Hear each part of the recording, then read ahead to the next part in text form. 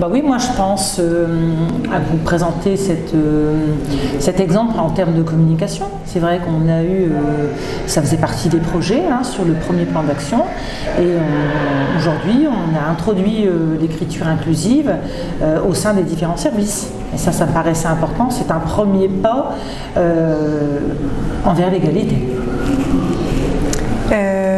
Moi, je parlerai peut-être des formations qu'on a mises en place, donc à la fois à destination du personnel de l'agglomération, mais également des partenaires du territoire.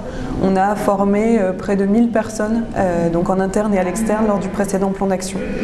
Et peut-être un dernier élément, on a mis en place des immersions dans les entreprises pour les femmes pour qu'elles puissent tester des métiers dits masculins. Par exemple, la Maison du Vélo qui a accueilli des femmes pour découvrir le métier de mécanicienne, réparatrice vélo. Je pense aussi à des entreprises comme Toyota qui ont accueilli des femmes pour qu'elles découvrent ces métiers-là. Moi, je reviendrai sur la formation, puisque sur le premier plan d'action, c'est plus de 1000 personnes qui ont été formées.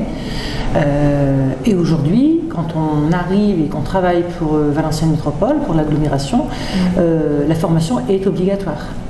Donc ça, c'est aussi quelque chose de novateur. On arrive, on est formé à l'égalité femmes-hommes au sein de notre agglomération. Moi, je peux parler du réseau de référents et référentes égalité. Donc quand on a lancé le plan d'action, on s'est bien rendu compte qu'il fallait des relais au sein des directions et que je ne pouvais pas porter seule le sujet, et surtout que ce n'était pas intéressant que je porte ça seule. Donc on a nommé des référents et référentes égalité, et en fait on s'est rendu compte lors du premier plan d'action que ces personnes se sont vraiment professionnalisées et avaient quand même un rôle de plus en plus important.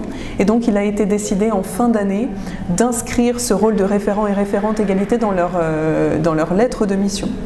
Enfin, dans leur fiche de poste, on en a fait une lettre de mission spécifique, et donc ces personnes sont vraiment reconnues en interne à l'agglo comme des référents et référentes égalité, avec un certain temps dédié chaque mois sur cette mission.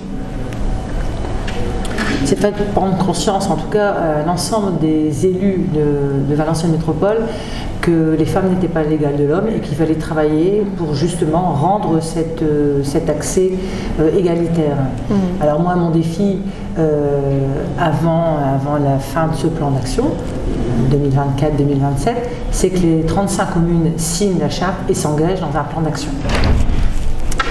Pour moi, le plus gros défi, c'était de rendre l'égalité transversale à l'agglo, de montrer que ce n'était pas un sous-sujet militant, qu'on pouvait très bien parler d'égalité sans s'engager sur un plan militant, et montrer que c'était vraiment un sujet de droit commun qui pouvait vraiment intéresser tout le monde et toutes les politiques publiques. C'est la culture commune de l'égalité qu'on ressent maintenant sur le territoire.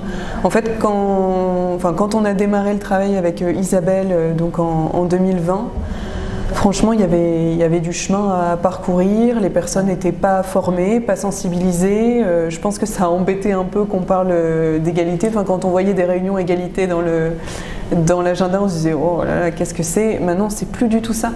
À la fois en interne, il y a eu une grosse progression de l'agglo, du personnel sur le sujet, mais aussi du territoire. Enfin, moi, j'ai souvenir de programmation autour du 8 mars en 2020-2021, où on me proposait des événements sur atelier onglerie pour les femmes, atelier maquillage. Maintenant, ça n'arrive plus du tout. Maintenant, on a vraiment des vraies journées 8 mars, et on a plein de partenaires qui viennent nous solliciter, et pas que le 8 mars, toute l'année sur le sujet.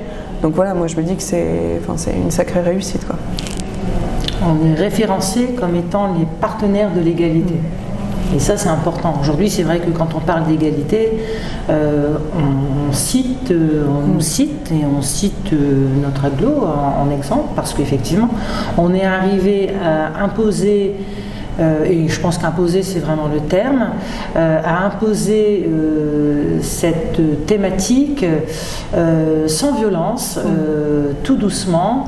Et c'est vrai que je pense qu'on n'y serait pas arrivé si on était arrivé en disant voilà, on veut l'égalité avec nos gros sabots, enfin voilà quoi.